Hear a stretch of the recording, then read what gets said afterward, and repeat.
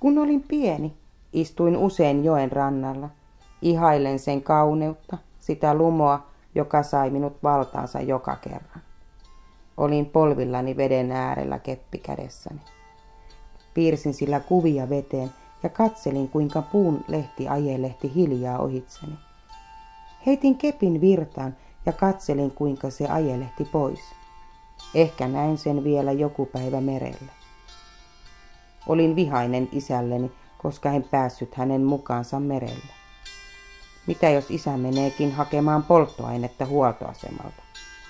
Se tarkoitti, että sinne mennään jokea pitkin isän veneellä. Pysähdytään sillan luo, kävellään asemalle ja palataan tankkaamaan.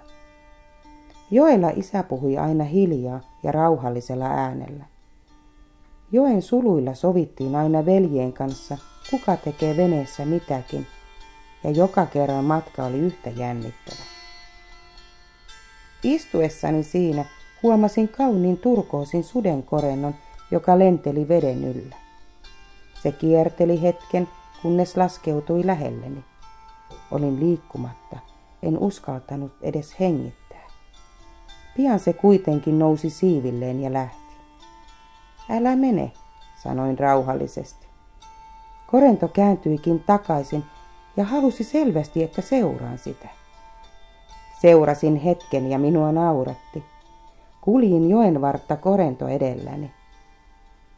Ympärillä joki virtasi tummana, hymyilin. En ollut enää vihainen isälleni. Halusin äkkiä kotiin ja kertoa hänelle tämän kaiken. Hän ymmärtäisi sen. Halusin hänenkin näkevän korennon joella.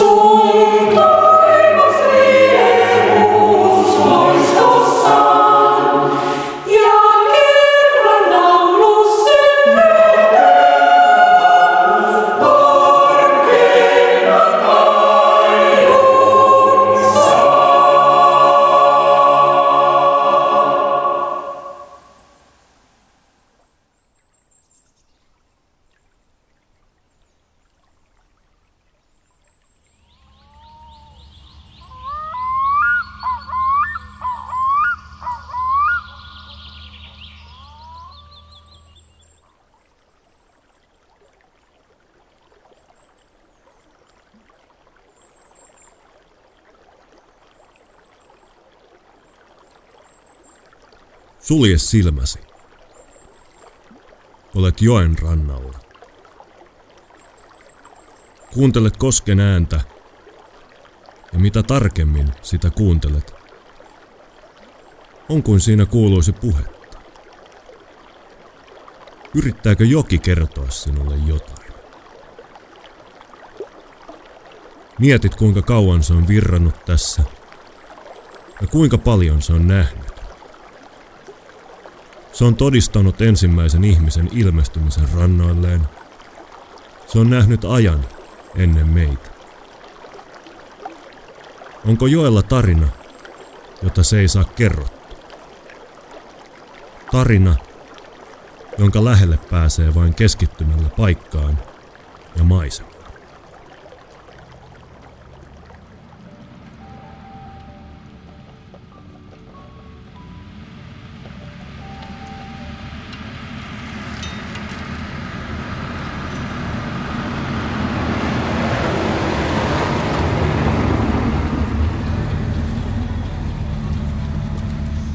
Eräs viisas sanoi kerran, että ainoa tapa päästä sisälle jokeen on mennä sinne. Retkikuntamme lähti etsimään joen sielua, sen syvintä olemusta. Me olimme kuulleet äänen kosken pauhussa, ja joen selittämätön vetovoima oli saanut meidät liikkeelle. Ensin oli kuitenkin kokoonnuttava miettimään käytännön asioita. Olimme lähdössä melomaan joen päästä päähän. Olimme varmoja, että matka alkuvirralta merelle avaisi meille joen tarinaa.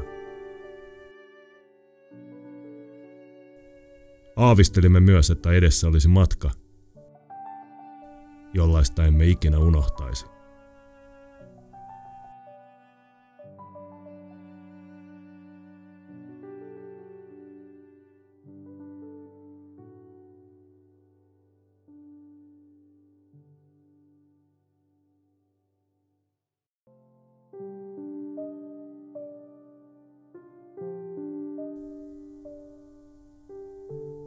Tuli viimein päivä, jolloin matka oli alkava. Ainoa ajankohta, jolloin melonta joen läpi oli mahdollista. Oli toukokuun alku. Joki oli vasta päässyt jääpeitteestään ja virtasi nyt korkealla. Retkikuntamme melontakokemus oli varsin vajavaista ja keskittyi lähinnä oppaamme Pekan tietotaitoon. Uskoimme kylmän veden olevan paras opettaja ja lähdemme tunnustelemaan matkan alkuosuudelle.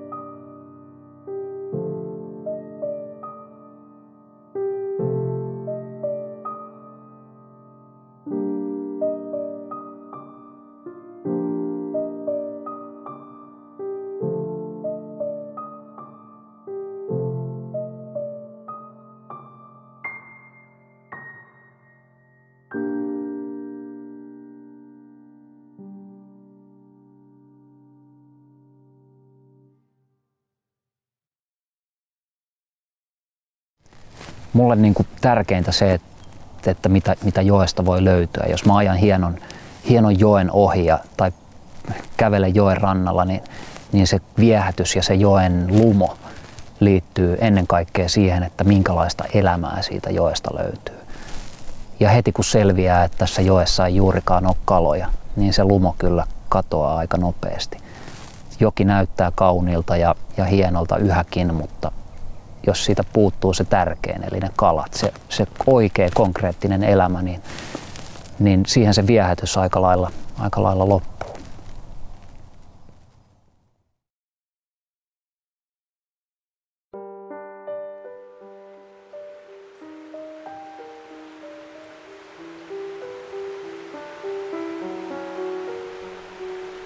Joen kesä, kuten Suomen kesä muutenkin, on lyhyt ja luonto tuntuu ottavan siitä kaiken irti.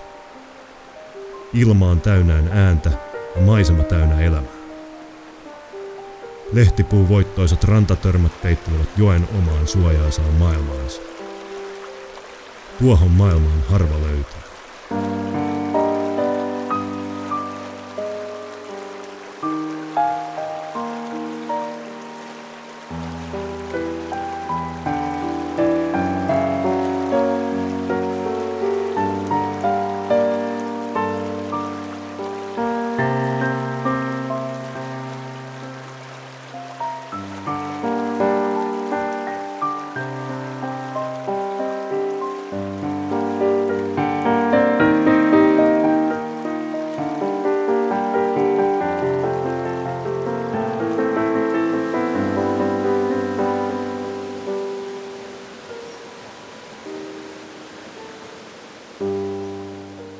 No, me olemme nyt Sundbyn kartanon päärakennuksen edessä, tämä linnarakennus, joka on rakennettu 1560-luvulla.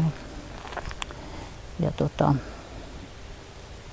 valtava rakennus ja paljon kivimassaa.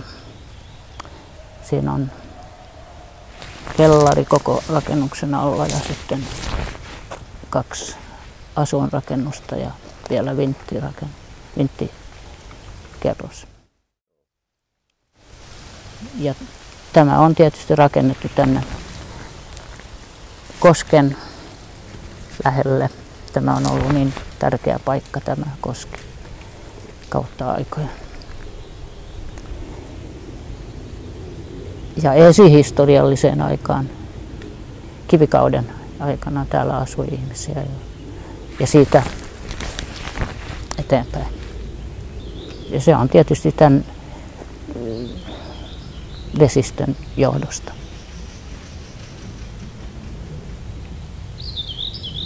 Ja silloin siihen aikaan oli helpompi liikkua vesiteitse. Maantiet oli niin huonot ja päästiin helpolla tästä. Tänne pääsi mereltä ylös, tänne koskelle saakka. Tämä oli sen takia semmoinen ratkaiseva. Ja tänne jäi ne laivat ja tähän muodostui oma satama. Ja täällä käytiin paljon kauppaa. Ja tämähän oli Porkkalan alueella, että sen takia tämä on ollut hirveän vaikea tämä lähihistoria. Et vuoden 1956 jälkeen niin täällä on tehty hyvin paljon, joutunut tekemään paljon korjauksia ja on edelleen siitä ajasta jälkiä. Jakob Henriksson Hesteskuu oli silloin omistaja ja hän oli perinnyt tämän tilan ja hän suurensi sitä. Ja sitten tämä oli välillä kuninkaan kartanona muutama vuosi 1550-luvun keskivaiheella.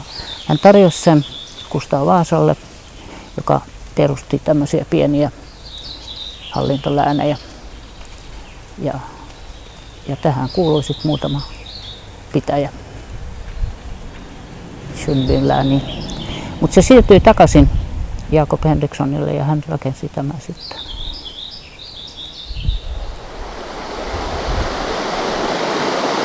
Tämä ääni on hyvin rauhoittavaa ja se joskus vähän häiritseekin, jos on hyvin paljon.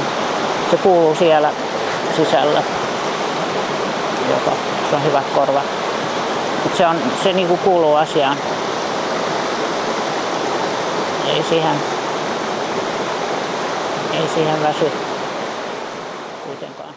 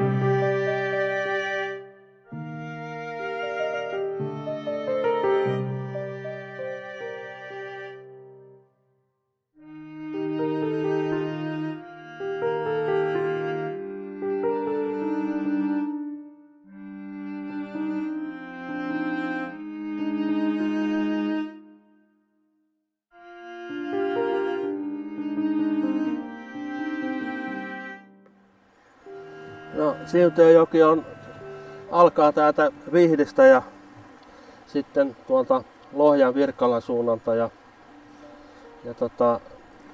menee koko Siuntion läpi, eli se on koko Siuntion sielu on muodostuu Siuntionjoessa. Kaikki mikä Siuntiosta jokeen menee, niin kaikki menee mereen täältä.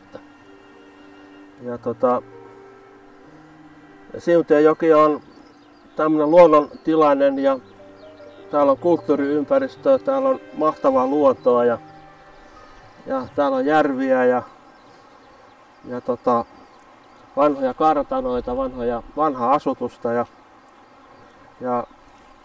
se on tässä virrannut paljon pidempään kuin mitä me ollaan täällä oltu.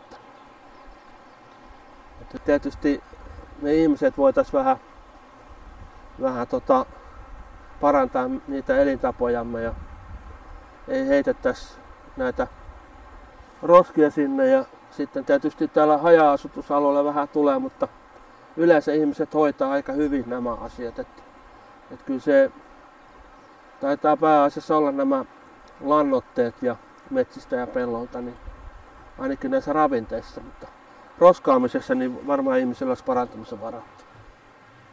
Onko se sitten kunta vai kaupunki vai mikä sitten on, niin pitäisi jotenkin tämä niin kun hoitaa tämä asia sillä, että me kohdellaan tätä jokea niin kun sillä tavalla oikealla tavalla, että me ei tuhota sitä ja sitten ihmiset osaisi nauttia siitä oikealla tavalla ja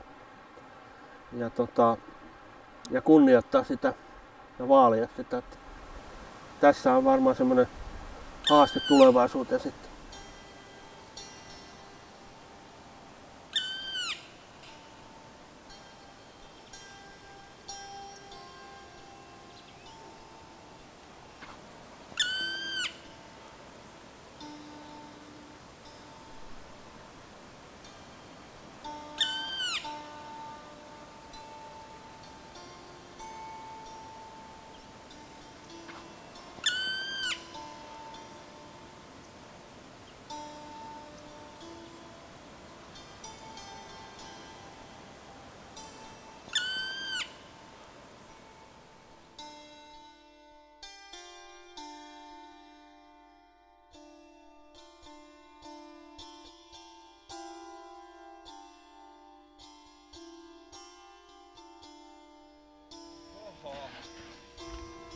Mihin sä häntä jätit?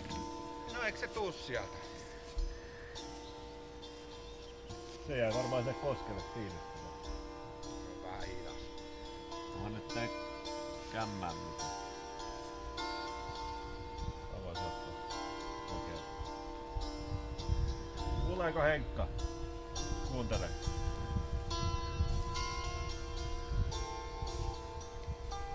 Kuuleeko Henkka? Ei vasta. Tuliko se sun peräs vai? Joo.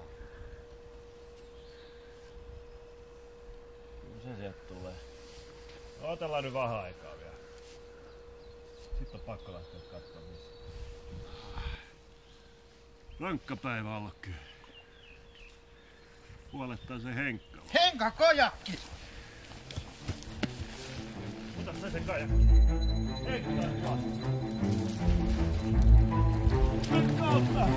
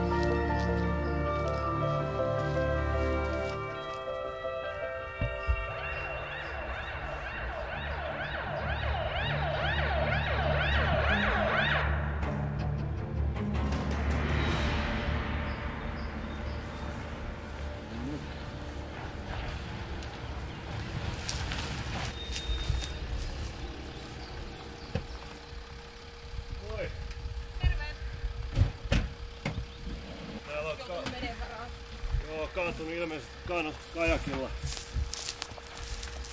Verta tuu päästä. Mä luulen, että se on koskessa kaatunut. Tuli viimeisenä. Nähtiin vaan kun kajakki oli yksin.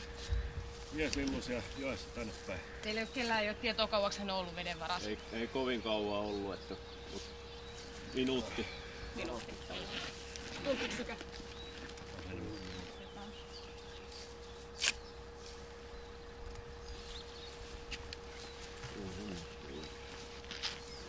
Tässä ei pitänyt ihan näin. Itse en tuntenut pulssia.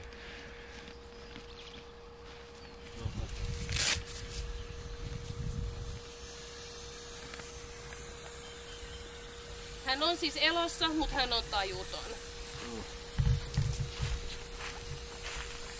Päässä haava, josta vuotaa verta. Siirretään hänet kaareille ja sen jälkeen me lähdetään häntä viemään sairaalaan. Joo. Ja tarkoituksena on niin, että yritetään nostaa hänet mahdollisimman tasaisesti. Ja mä tuen täältä rangan. Ja kun mä lasken 3, kaikki nostaa 3. Kaikki kiinni. 1, 2, 3.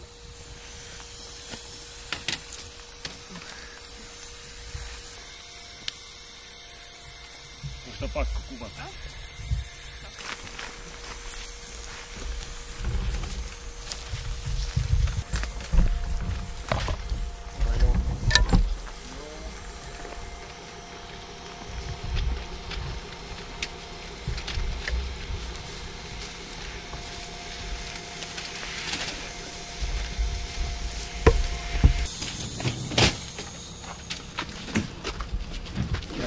Tsemppiä Henkka. Hei minne voidaan soittaa tähän tilaan?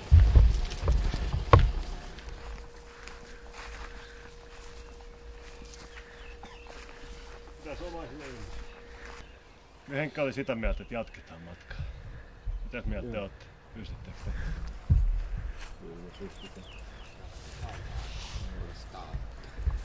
Nyt ne lähtee.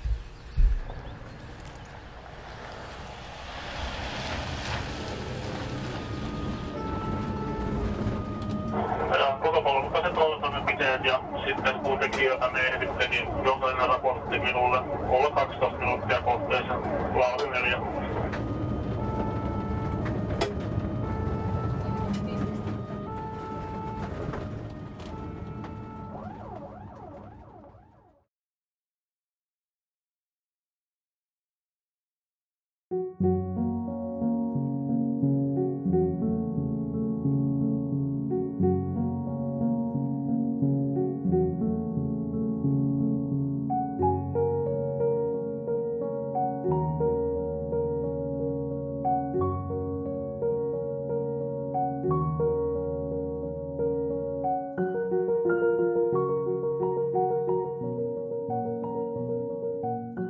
Eli nyt ollaan täällä Viikträskjärvellä ja tosiaan täytyy artikuloida tarkkaan, kun ihmiset useimmat tuntee vaan tämän Viikträskjärven tuolta Espoosta ja tämä on täysin eri järvi. Ja osa tätä Siuntiojoki-vesistöä ja tosiaan tämä nimikin Viikträsk viittaa siihen, että tämä on entinen merenlahti eli Lahtijärvi. Ja tämä on muuttunut nyt niin kuin makeavetiseksi järveksi sitten vasta tuossa 60-luvun lopulla, kun Nokian kaapelitehtaat on rakennuttanut tänne sulkupadon tuonne Pikkalanlahteen ja tämän sulkupadon rakentamisen myötä niin tämä on sitten muuttunut niin kuin makeavetiseksi järveksi.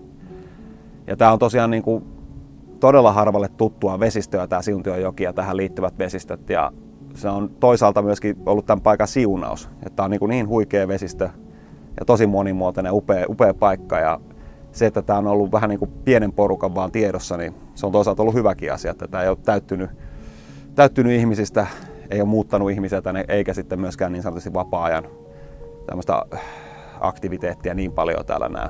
Luonnontilassa saa olla nykyisin naturasuojeltua käsittääkseni kauttaaltaan koko vesistä.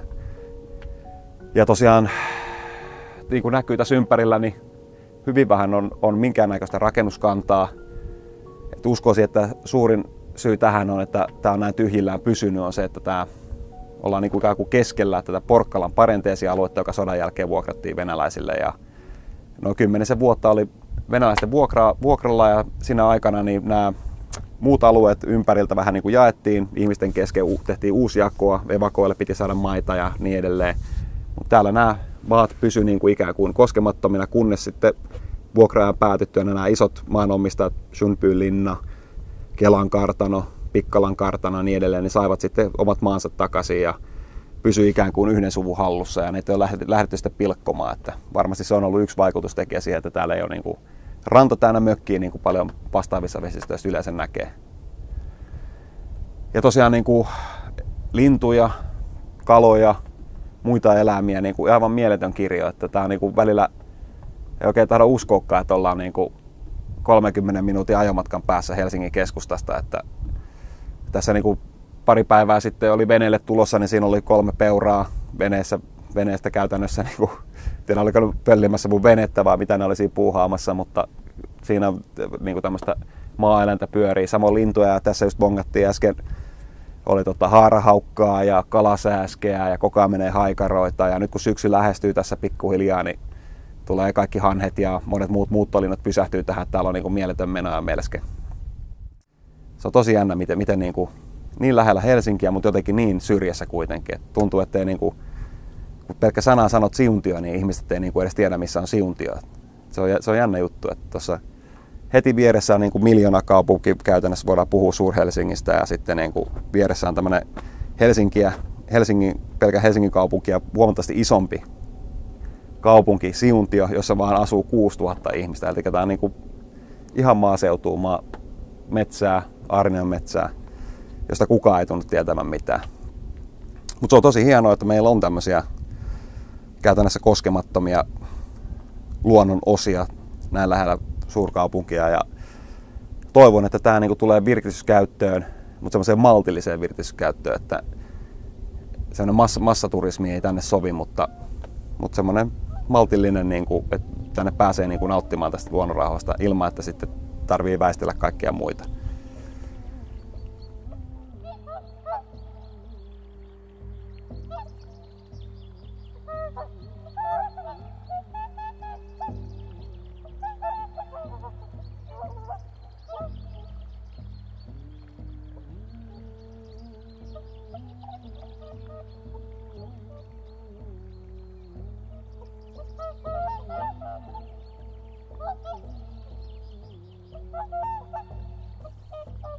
Joskus minusta tuntuu, että jos vain istun alas joen penkalle ja keskityn koko sen maailmankaikkeuteen, voin vannoa, että aika pysähtyy hetkeksi.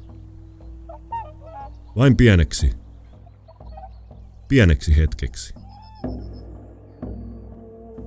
Ja jos jotenkin voit elää tuossa hetkessä, voit elää ikuisesti.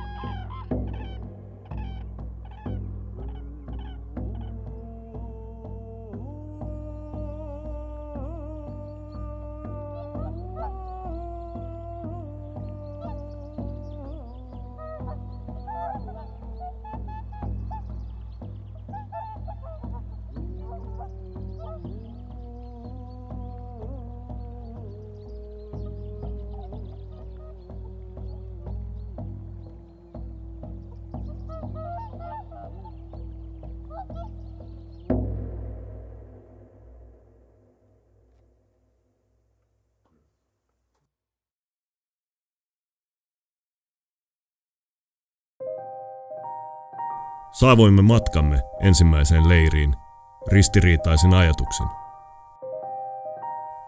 Joki oli näyttänyt oikeat kasvonsa. Luonto ottaa, harvemmin antaa. Vaikka se osaa olla henkeä salpaavan kaunis, se on myös petollinen. Luonto ei anna mitään ilmaiseksi.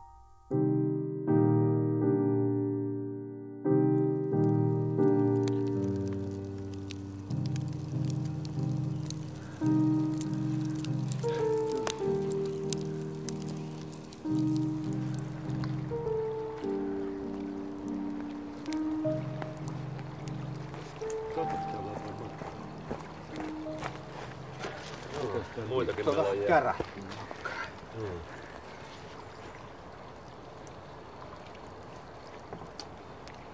Hyvää iltaa! Iltaa! Onko siellä kahvit ja makkarat kypsinä? Kyllä, tervetuloa. Tänne mahtuu. Seuraa. Tässä alkaa vähän nälkä tulla. Joo. Pitkäkin matka. Ei tässä pikku iltamelonna.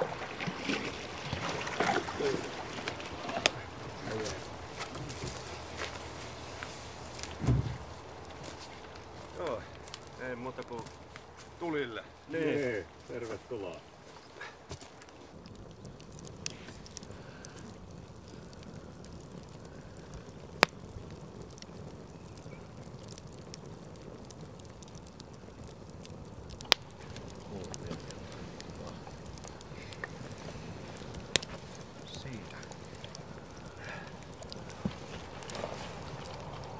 Kyllä musta tuossa melonnassa on kaikista viehättävintä se, että siinä ollaan niin äärimmäisen lähellä vettä. Tavallaan tuntuu siltä, että olisi koko ajan osana sitä jokea. Kaikki tuollaiset veneet ja laivat, niin siitä veneestä ollaan niin kaukana, että pääsee melomaan. Niin osittain sitä ollaankin veden alla.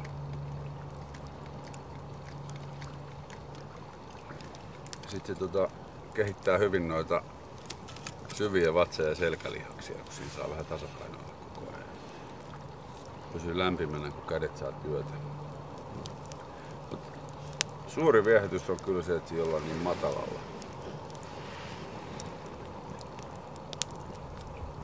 Tietysti virran vietävänä. Monesti tulee samaan aikaan kalastettua, että yhdistyy tavallaan tää monta eri harrastusta. Tietysti se aina on mielessä siinä kalastuksessakin, että onko kaloja ja jos ei syö, niin minkä takia kala ei ole syönnillä. Et monestihan se on se, että se ei ole syönnillään, mutta sitten mä ainakin aina mietin, että miten jos kaloja ei ole ollenkaan. Se on semmoinen mielenkiintoinen näkökulma kalastuksessa, mitä harvoin tulee mieleen. Ne kalareissut, kun ei ole tullut saalista, niin aina sanotaan kotona, että ei ollut syönnillään. Koskaan ei ajatella, että entä jos sitä kalaa ei ole.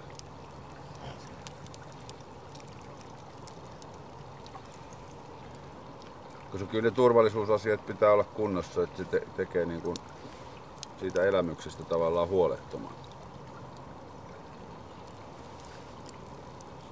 Et jos sitten joskus, tai jos ja kun sitä silloin joskus silloin tällöin kaatuu sillä kajakilla, niin sitten se ei tavallaan haittaa. Että sitten ylös vaan ja matka jatkuu. No. Meillä yksi kaveri tässä just kävi kalpaten tänään. Meni ympäri ja lähti leikistä pois. Joo. Mutta hän ei ollut kokemustakaan kovin paljon.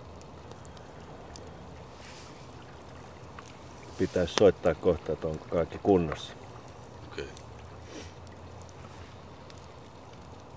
Kokemattomuuden piikkiistä aina silloin tällä tietysti niitä kaatumisia sattuu, mutta kyllä niitä sattuu kokeneemmillekin. Siihen ei sovi kyllä melonnassa tuudittautua yhtään, että olisi kokemusta ja sen takia voisi ottaa asioita löysin ranteen.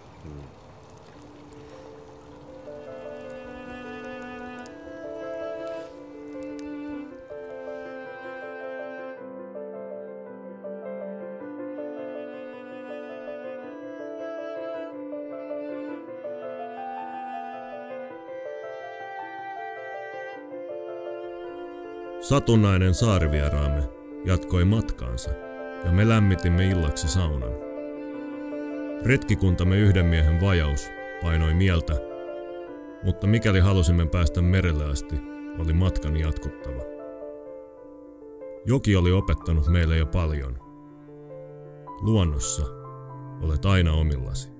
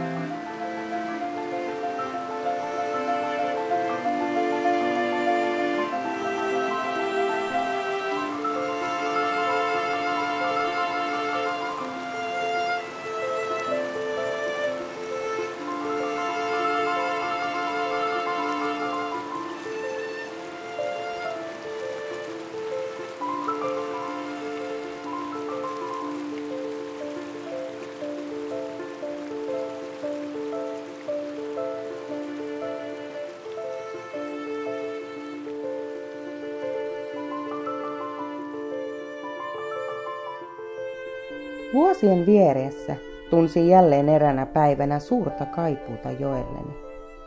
Minulla oli sitä ikävä, sen taikaa, sen tuomaa suurta rauhaa. Tapanani oli käydä siellä aina yksin, istua sen rannalla ja vain katsella sen virtaa. Minusta oli kasvanut jo aikuinen. Nuoruuteni olin viettänyt näillä seuduin. Kesät oltiin merellä, joskus vanhempien, joskus ystävien kanssa. Mutta joka vuosi pääsin joelleni. Katselin koskelle päin ja mietin, mitä sen mutkan takana oli. Olin miettinyt sitä pitkään. Tunsin ihan pienen osan joesta. Sen, minne pienenä pääsin, ja siihen saakka, mitä isän veneestä näin. Tunsin tämän kosken, näin mistä se tuli, ja minne joki jatkoi matkaansa. En vain vielä ollut kulkenut sitä kokonaan läpi. Ei riitä, että sen on nähnyt kartalla. Ei riitä, että siitä on lukenut kirjoista. Sen halusi tuntea, kokea ja elää. Tulen kokemaan tämän joen palasina, mutta silti siitä tuli hyvä olo.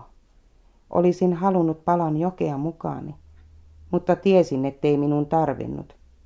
Se odotti siellä minua, niin kuin minä sitä.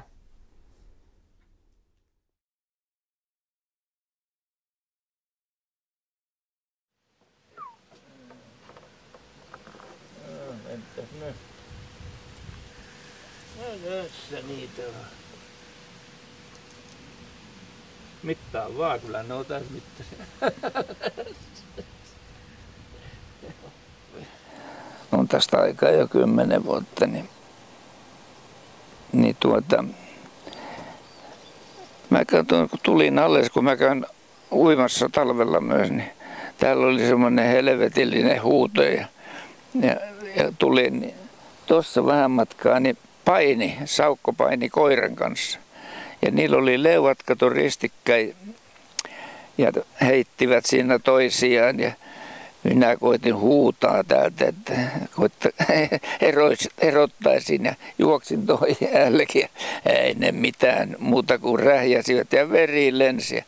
Ja lopulta se Saukko kai huomasi, että nyt se saa apuvoimia toi koira. Ja toi oli sulaa tuosta noin. Se sai raahattua sinne itse, se olisi vetänyt koirankin, mutta koira ymmärsi irrottaa. Että tämmöinen on eläinhavainto tästä.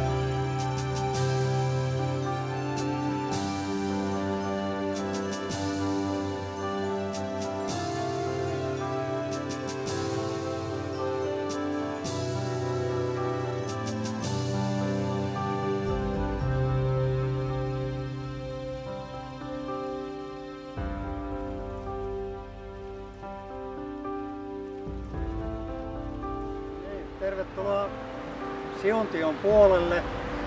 Avataan virallisesti portti, että siitä voi tulla. Ja samalla tervetuloa Henriksforsin torpalle. Henriksforsin torppa on ollut Yövilän kylän Överkodin kartanon torppia.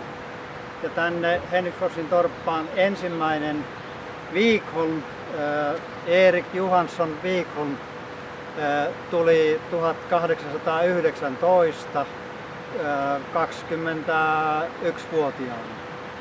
Ja siitä lähtien täällä on ollut Wikholmeja torppareina, kunnes noin 27 vuotta sitten kuoli viimeinen Kaarlo Wikholm lapsettomana ja vanhana poikana, jonka jälkeen tämä oli sitten parikymmentä vuotta Wikholmin Kaarlon siskojen lasten perikunnan nimissä.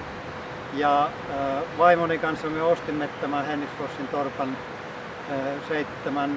7-8 vuotta sitten, jonka jälkeen täällä on tehty paljon korjaus- ja kunnostustöitä.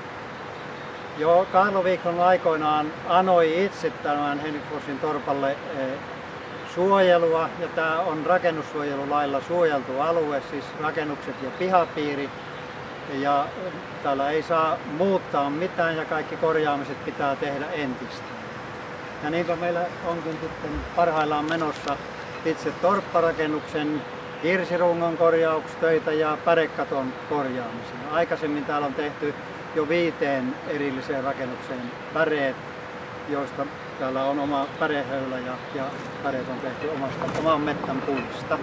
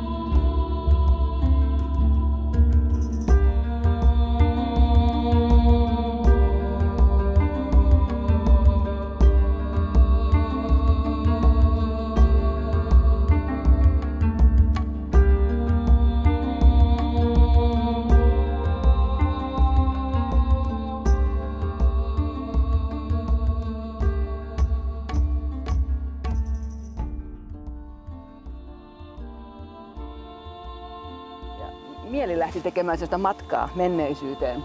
Ja mä kuvittelin tähän valtavan muinaisen meren ja nämä kalliot on ikään kuin saaria. Ja kuvittelin näitä muinaistulia, joita täällä on ollut tässä Siuntionjoen niin kuin ympärillä aikojen alussa. Ja mä siirryin vuoteen 8500 ennen ajanlaskun alkua. Litorina-meri oli silloin. Ja lähdin maalaamaan Litorina-merta ihan tämän sykähdyttävän maiseman perusteella. Ja ihan ensin mä ajattelin, mikä se valo on.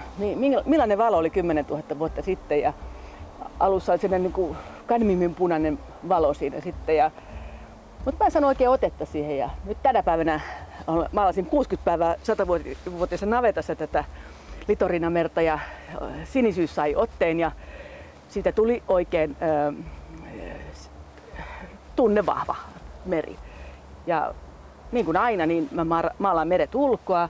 Lähtökohta oli tämä ympäröivä maisema ja tässä on niin helppo kuvitella, kuinka aallot on tässä joskus vellonut. Ja otin selvä asiantuntija, että kuinka syvä meri on silloin ollut, mutta ei kukaan pystynyt sanomaan sitä, että se on voinut olla mitä vaan. Ja se antoi myöskin sitten mielikuvalle, kuvitukselle vapauden maalata sellaisen meren, kun pensselistä syntyi.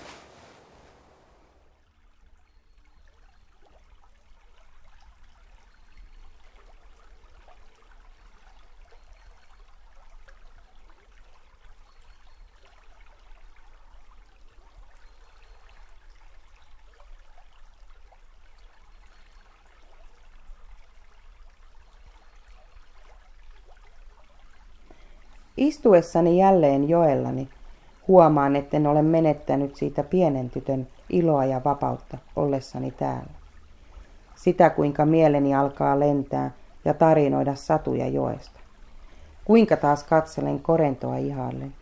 Kuinka maailma hetkeksi pysähtyy ja on vain hyvä olla.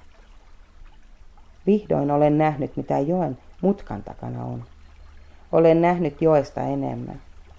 Kun etenemme joella ja kuinka linnut lentävät edellämme, kuinka lumpeet siirtyvät kuin itsestään näyttäen tietä eteenpäin. Hiljaisuus, joka tuli vain siitä, ettei tarvittu sanoja kertomaan, mitä tuntee.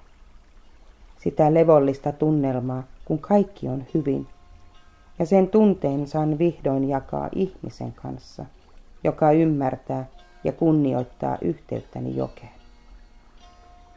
Olen saanut olla lasteni kanssa täällä joella, katsellut kuinka he heittävät oman keppinsä virtaan, kuinka he kävelevät samoilla kivillä, veden ollessa alhaalla, kyselevät linnuista ja siitä, mistä tämä joki tulee ja mihin se menee. Kerran he kysyivät, mistä olen löytänyt tämän joen. Kerroin, kuinka isäni toi minut tänne, kun olin aivan pieni. Makasin vaunukopassa veneen pohjalla, kun haimme sillan luota polttoainetta veneeseen. Kertoessani tarinaa lapsilleni ymmärsin vihdoin, kuinka paljon joki minulle merkitseekään. Se oli osa minua. Se oli jotain suurempaa kuin pelkkä joki.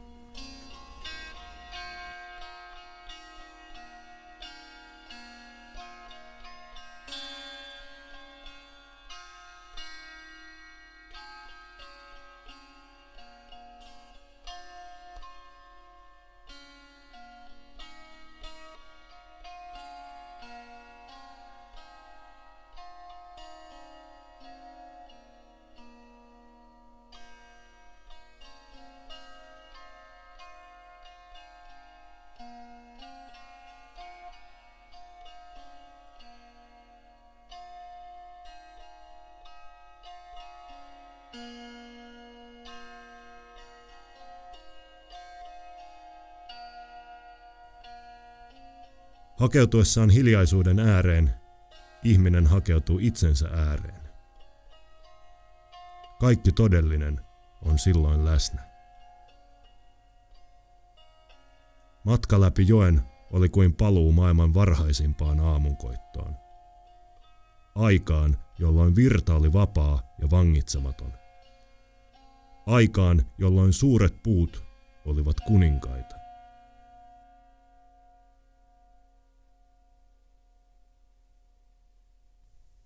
Tumma virta. Kaiken peittävä hiljaisuus. Muu maailma jossain korkeiden törmien takana.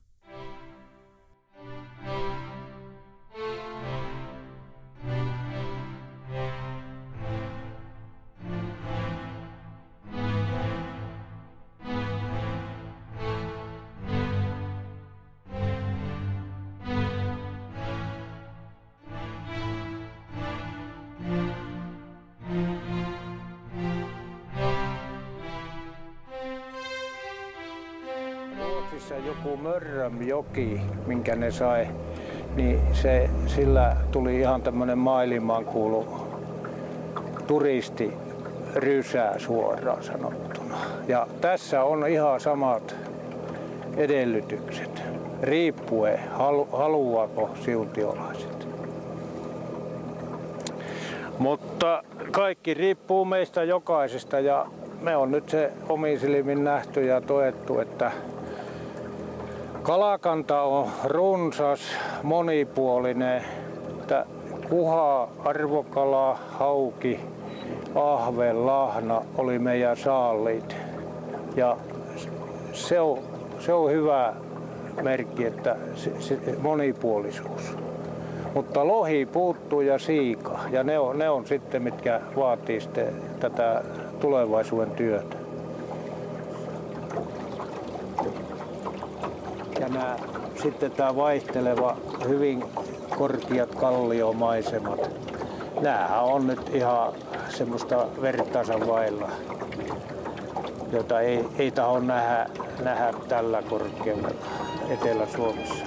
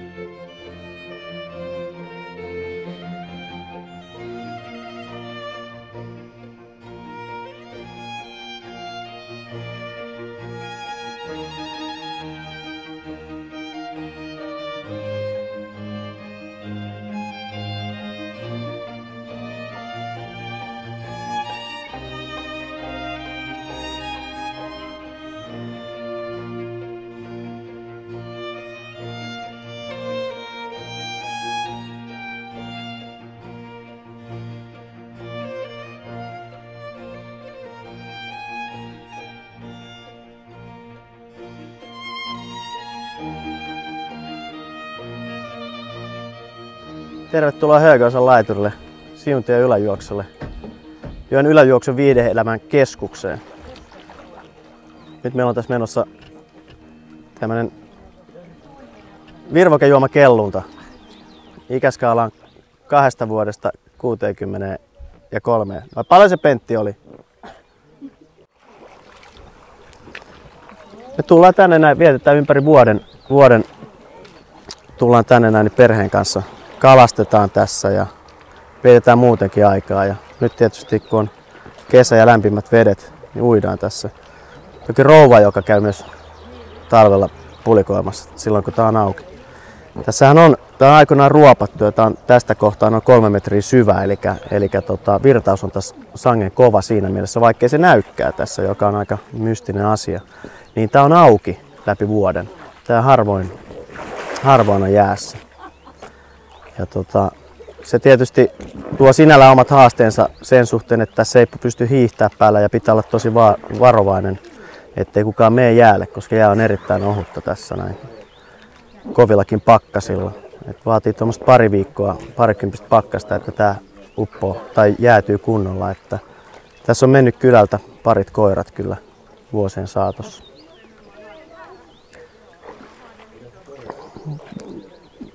Mä tuun tänne näin niin usein työpäivän jälkeen koiran kanssa ja rentoutumaan. Ottaa juoman käteen ja tuijottaa vähän aikaa jokea tohon suuntaan, niin sanotaan aina, että arjen huolet ja kiireinen työpäivä unohtuu aika helposti. Se, että jos tuolla alempana juoksulla on kuningaskalastaja rantatörmällä pesimässä, niin se on jotain, mitä ei voi muuten Suomessa paljon luonnossa kolunut ihminen niin voi kokea. Tähän liittyy semmoista eksotiikkaa ja samalla myös mystiikkaa tähän jokeen. Että on todella mahtava.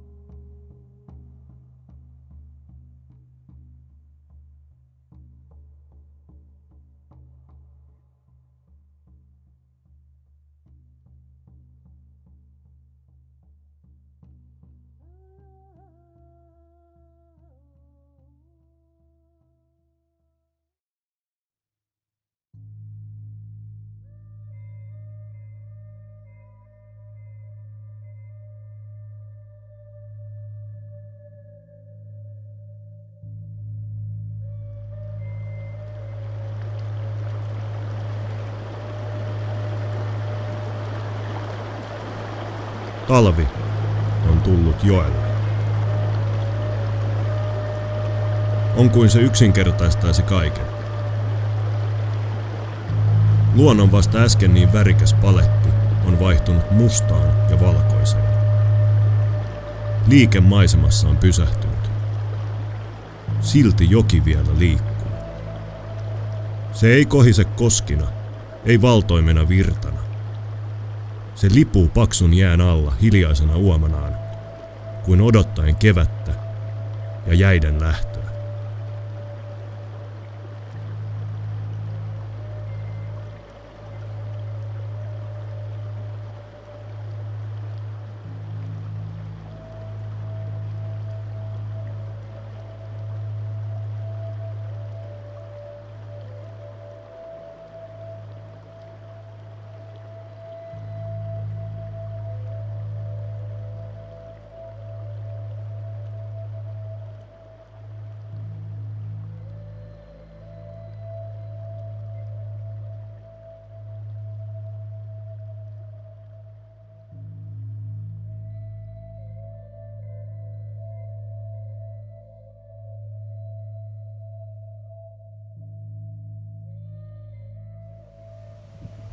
Mielestäni jotenkin oikein haasteellinen kuvata, koska se on aika vaikeasti saavutettavissa. Törmät on korkeita, kaislikkoa, pitkiä ruohikkoa löytyy. Ja sitten tietysti kesälläkin vielä, kun ei peltoja pitkin voi kävellä. Niin saadakseni hyvän kuvan, niin pitää aina suunnitella se, että mistä mä haluan ottaa sen kuvan, minkälaisessa valotuksessa. Ja vielä kaiken lisäksi, jos kävisi tuuri, että olisi joku eläinkin vielä siinä kuvassa, niin se antaa sen vielä enemmän haasteellisemman.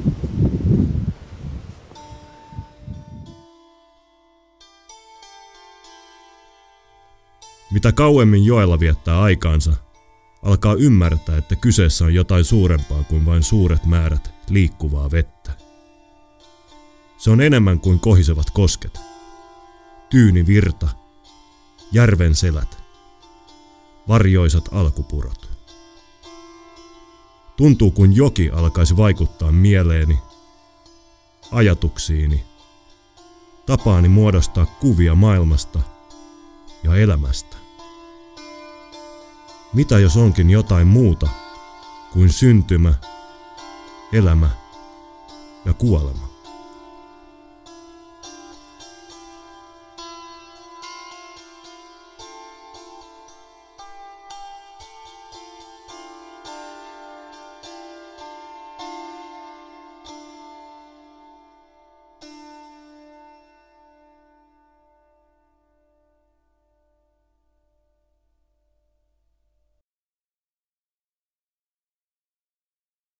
Nummelan puolelta meillä on ongelmana, että sieltä jätevesipuhdistamo laskee vetensä tänne Risupakkajokeen ja se on edelleen niin ravinteikasta, että se tuo valitettavasti niin kuin liian paljon ravinteita tänne järvelle. Ja jonkin verran leväkukintoa on ollut, mutta varsinkin se, että kun nämä rannat on niin matalia, niin ne kasvaa umpeen. Ja tämähän on muutonkin aika matala järvi. Se on ollut tässä ongelmana, paljon on leikattu täällä alueita ja sitten roskakalaakin kalasteltu, että saataisiin niinku jotenkin pysymään aisoissa. Joskus aikoinaan tässä kerrottiin, että 60-luvulla vielä niin opettaja löysi hauen tuosta saunastakin. Et kyllä kevättulvat on ollut joskus niinku aika tosi riesana täällä. Tämä onkin ollut saari, niin kuin tämä niemi.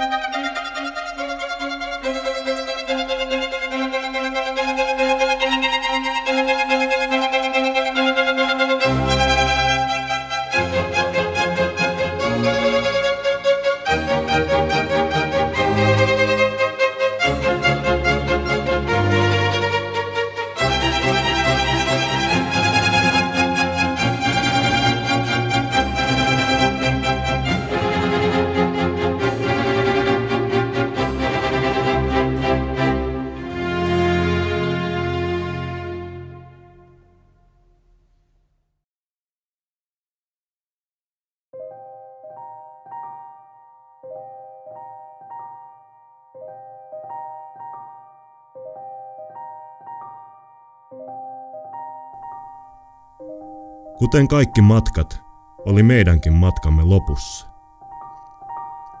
Joki oli vienyt meidät mitä erilaisempien maisemien halki. Olimme nähneet joen nyt kokonaan. Se, mitä olimme sieltä alun perin hakemassa, oli nyt selvinnyt minulle.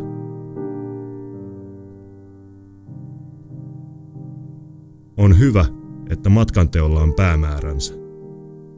Mutta loppujen lopuksi määränpäätä tärkeämpi on itse matka.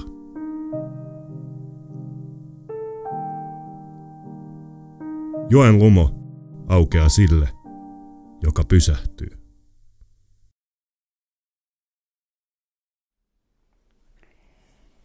Näen sinut nyt ehkä viimeisen kerran. Olen suunnattoman onnellinen siitä, että aikanaan istuin rannallesi. Kaikki alkaa jostain ja kaikki päättyy johonkin.